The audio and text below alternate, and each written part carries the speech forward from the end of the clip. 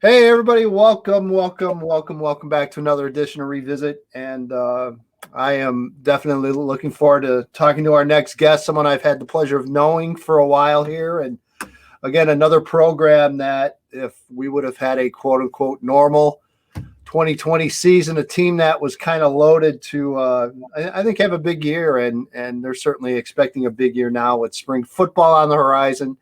And I know Downers Grove South and Mark Molinari are going to make the most out of these 6 games. So, Coach, appreciate you taking time. I know that it's been a busy time as we talked before we came on the air here about, between COVID and blizzards and below zero temperatures and shoveling fields. And it's been fun, but, pal, at least we get to talk about football finally. Yeah, we are. We are definitely excited about the opportunity just to get a chance to play and get those seniors out there and just get our team out there and just kind of see the reality of what we have been envisioning for a long time for this varsity team.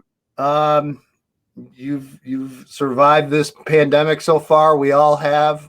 We had a season taken away from us, which back in a year ago when this kind of first started, I would have never thought that would have happened in a million years. I thought for sure by the time we hit the fall, we would have been going. Well, that certainly wasn't the case. And we waited. And quite honestly, Mark, I talk about this with a lot of other coaches.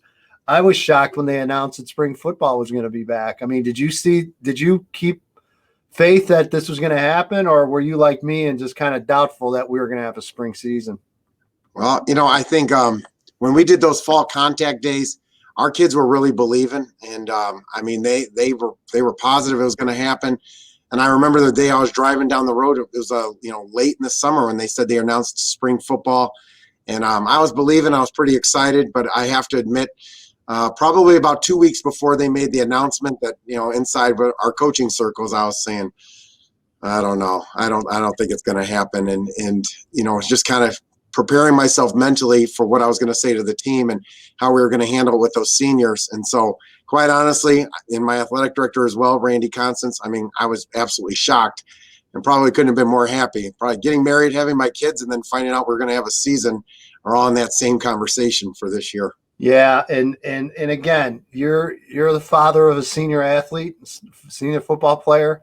I mean, this was going to be that year for you where your son, you'd have a full season, one final season with your son on the varsity, and he'd get in and get some playing time. And I mean, it's hard enough when you're a father figure to 40, 50 some kids on the varsity, but when you're the real father for one of them, I mean, you had to be just a world of emotions during all this. Yeah, it has been tough on our family. Max, my son, is a senior, and we moved to Downers Grove and I think around 14, and when he was around in 6th grade. And so we had kind of always envisioned, what it was going to be like, and wasn't really worried about playing time, just the ability to, be here with my son and my family. And then he's also a baseball player, and they lost their spring season last year. And just to kind of watch them go through that was tough. And then as the emotions went through this year and seeing him and some of the other seniors, and they kind of, I think it's been a little bit more tough on them because they saw what last year's seniors went through, and then they realized, oh no, it's going to happen to us as well.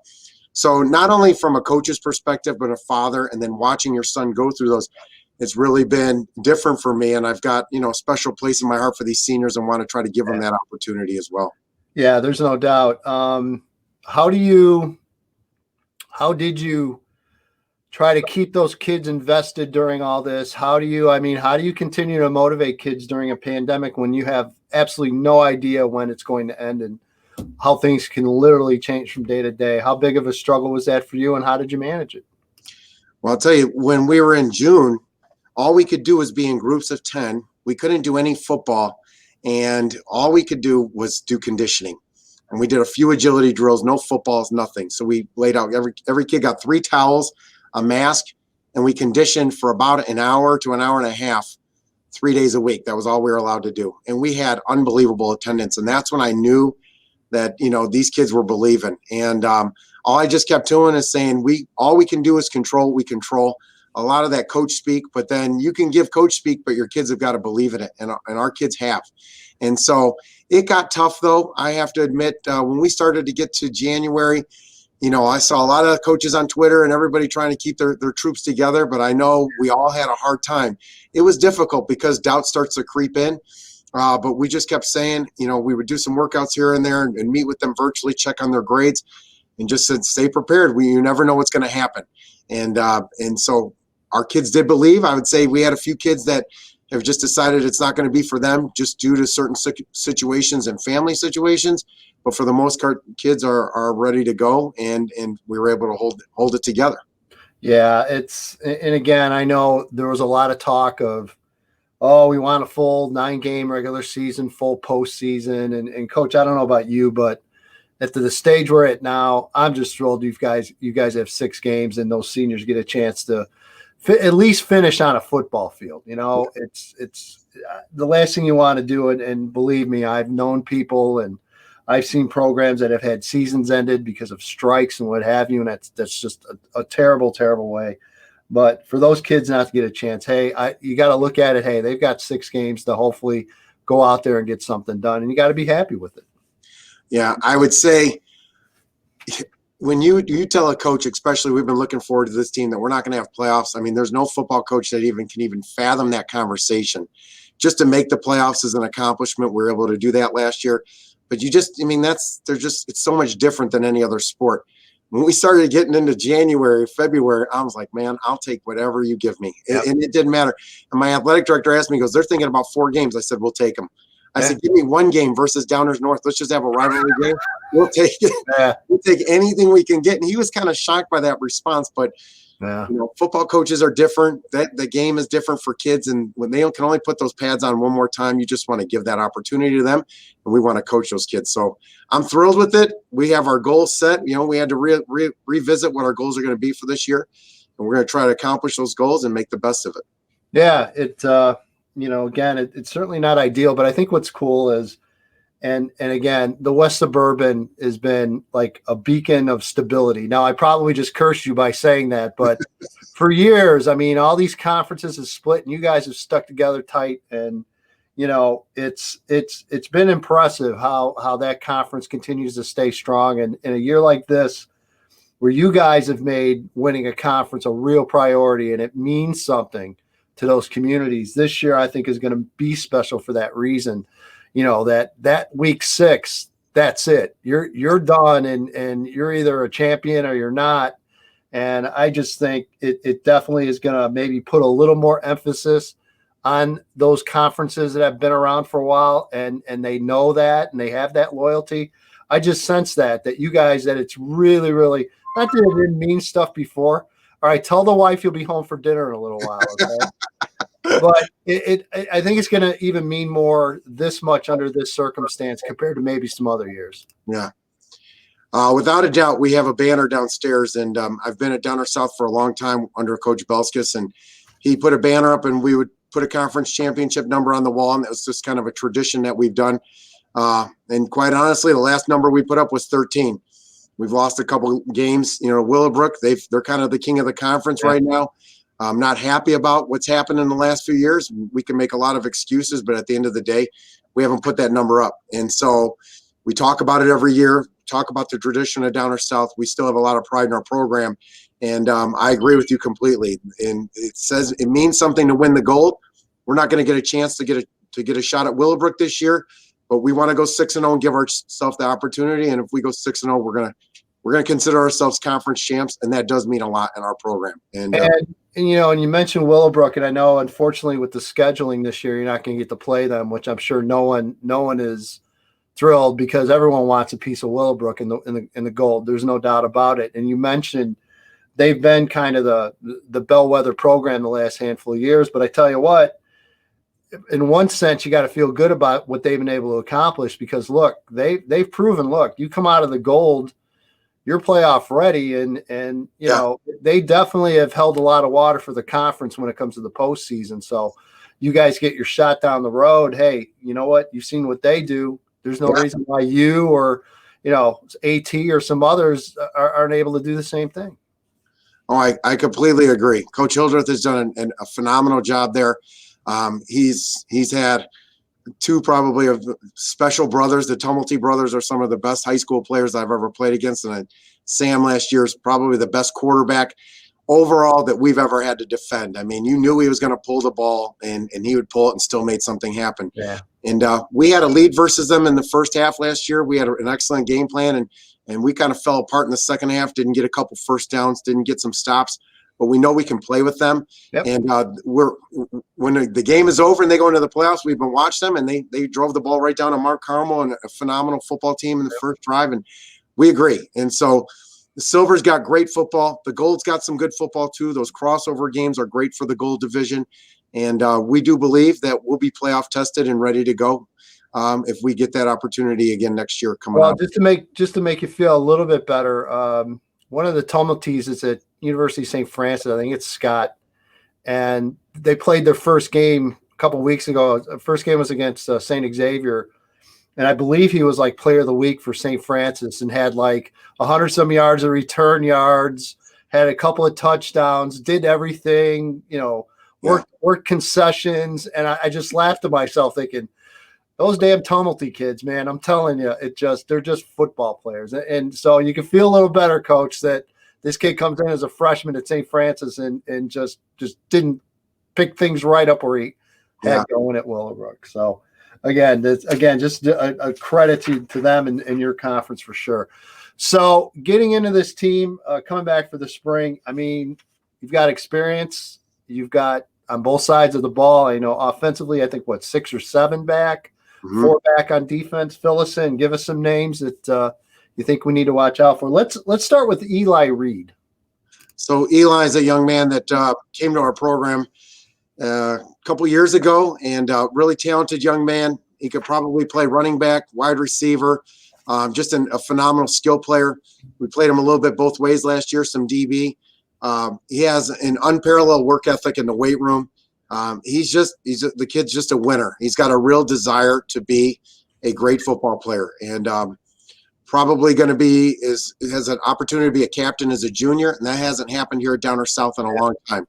And so just that type of leadership, the one percenters you don't get very often. We've had Eric Swenson. We've had a few kids, Martin O'Donnell from years past, but Eli Reed, I feel like, is a kid that can be a difference maker for our program and then down the line.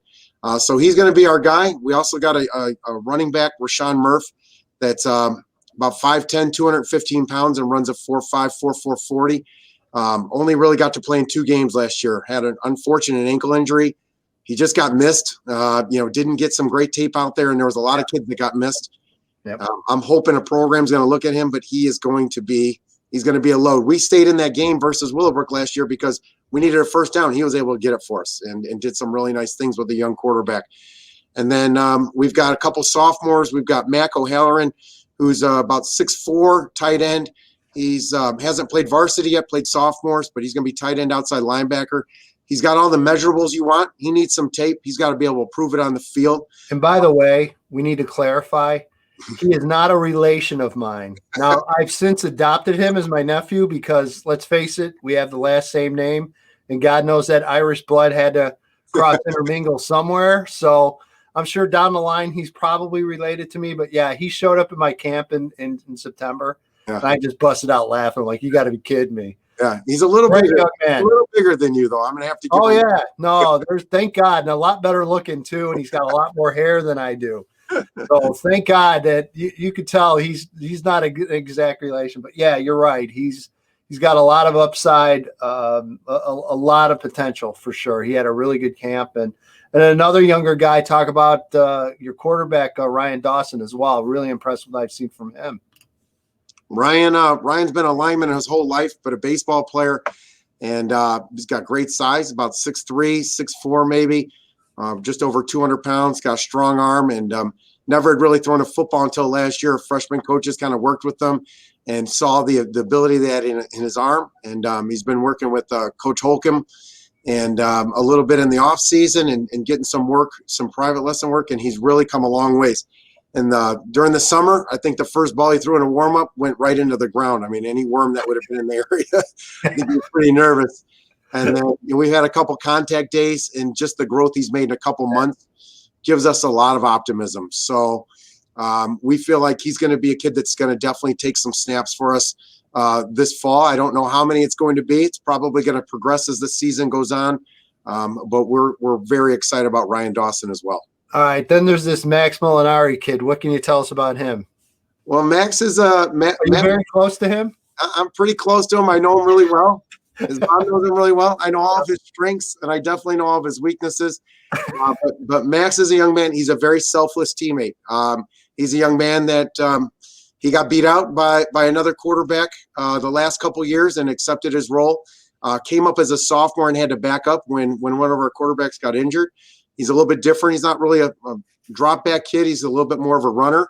But he's accepted his role, and now he's going to have an opportunity this year to compete for the starting position. He's going to probably play some cornerback for us and quarterback, and he does some great things. Max, he gets the ball out fairly quickly, makes good decisions, and his dad will help him when we're at home together on making some of those decisions. And just looking forward to seeing somebody who's accepted his role the last couple of years to be able to get an opportunity and live out that dream of playing quarterback at Downers South. Yeah, and again, it puts you in a very weird position because you're a dad and you've got to make those calls, and and for him to accept that role and take it on, it says a lot about him as well. Yeah, as a dad, you got to be proud of him for that. Yeah, because it hasn't always been perfect, and I'm going to be the first to admit that, but we've grown closer through it, and I'm going to make sure that our senior year we're going to be able to enjoy it together. So I'll throw this at you. As a father of an athlete, daughter played softball in high school and college.